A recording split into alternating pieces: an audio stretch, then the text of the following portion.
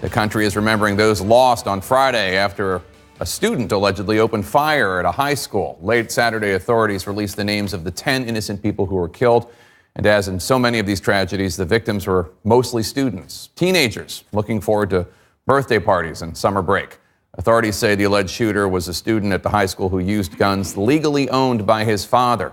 Now the governor of Texas is calling for immediate action. We need to do more than just pray for the victims and their families.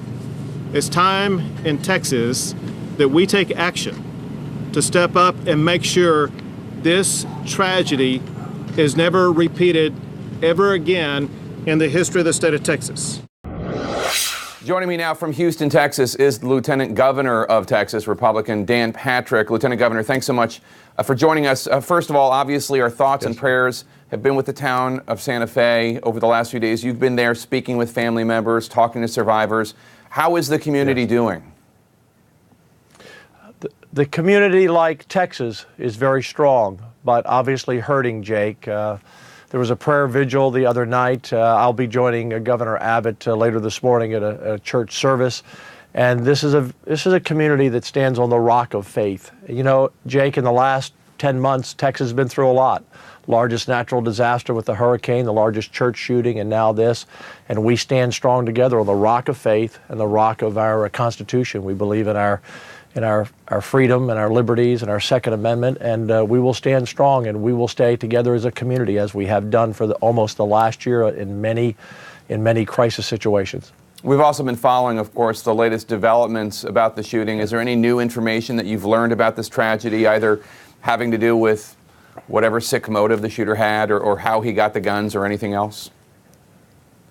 There is a parent of one of the deceased students who said that her daughter had told this particular student, the shooter, the alleged killer, time and time again rebuffed his I guess, asking for a date, and she's talked about that. But in terms of any true motive, any more information, you know, police are still investigating all the journals that he's written, looking through computers and telephones, I'm sure. The governor said he wants to do something about this, that prayers are not enough. Yes. He's announced roundtable conversations coming up early this week about potential solutions to mass shootings, school shootings. Here's what you said about possible answers on Friday. Take a listen.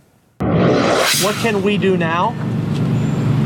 One, if you're a parent and you own guns, lock your guns safely away.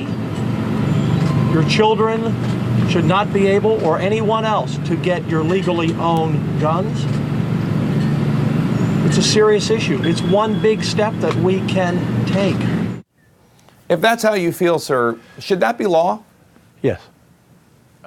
Well, in many cases, there are laws depending on the states, and I'm sure there's some federal law regarding your culpability in a crime using a gun if it was your gun or if you own a gun. Also, there have been civil suits filed against those who own guns when someone got their guns in the past.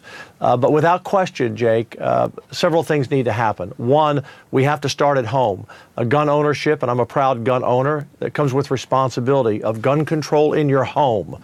Be sure that your kids and grandkids or anyone who might have access to your home cannot get your guns. Number two, Jake, can I just interrupt for 1 second? I want you to get to number two in a second, but just on number one for a second. Sure. Should it be law that if you, especially if you have children in the house or people under 18, I know Texas the age is 17, but should it be law that you have to lock up your guns?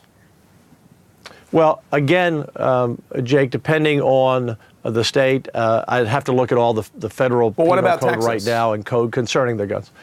In Texas, again, we hold you very responsible if you're a gun owner. For example, I'm a concealed carry, as are almost 1 million Texans.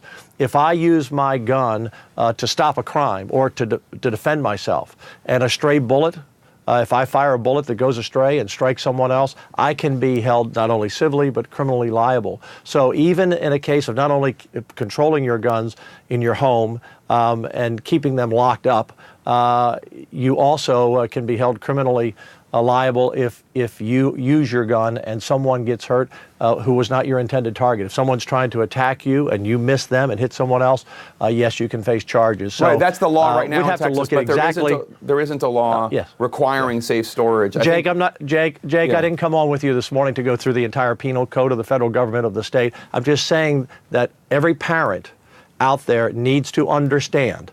Every gun owner, if you're not a parent, you need to understand your guns must not be, you must control your guns at home and be sure they're locked up and kept away from others getting your guns. Okay, you had other points you wanted to make about things you think need to be done. I want to let you continue, sir.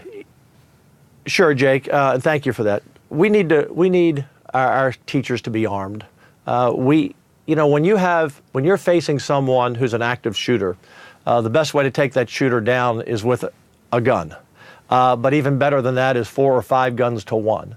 And yesterday or Friday, because of the heroic action of our 2 officers on the campus who were armed and a roving officer and a state trooper that showed up very quickly, they were able to stop the shooter from killing more.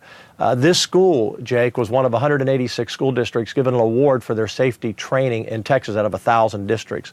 And they reacted quickly and bravely. But had teachers been armed, there was a teacher next door, a Marine, who saw what was going on, slammed the door, locked his door, protected his students. Some feel had he been able to carry a gun, he may have been able to stop that shooter had it been his choice. So in Texas, I can tell you this law, Jake, we already allow teachers to carry, but we leave it up to local control, up to the superintendent, up to the teachers, and up to the parents to make that decision. I was in the hospital visiting with a student who was wounded on Friday night, and a lot of his classmates were there. And when we asked them, Governor Abbott and I were there, and Senator Cruz, they all said to a person, our teachers should be armed. The parents said our teachers should be armed. So we need armed teachers, trained, of course, not just anyone who has a gun, but trained how to handle active shooters in the schools. We need to harden the target. Number 2, Jake, we need to get down to 1 or 2 entrances into our schools. You have the necessary exits for fire, of course, but we have to funnel our students into our schools so we can put eyes on them. This young man showed up with a trench coat, which he wore often, I've learned, and he had a gun under it, and he came through one of the entrances undetected. You know, the Israelis have 3 focus on security, and that is to deter, detect, and deny. And we have too many people who can get onto our school campuses with guns who are not deterred and are not detected. So I'm proposing that our new school designs are built that way, and we retrofit our schools. The average age of schools in America, Jake, are 44 years old. Schools weren't designed and built 40 and 50 years ago to deal with today's issues. So we can harden those targets and make it more difficult. Well, whatever the solutions, I hope they come quick, and I hope that they are successful. Lieutenant Governor Dan Patrick, thank you so much. We're all thinking about Santa Fe, Texas today. Pray for us, but Texas is strong, and we will stand together and with these families and get through this time. Thank you, Jake. Thank you, sir.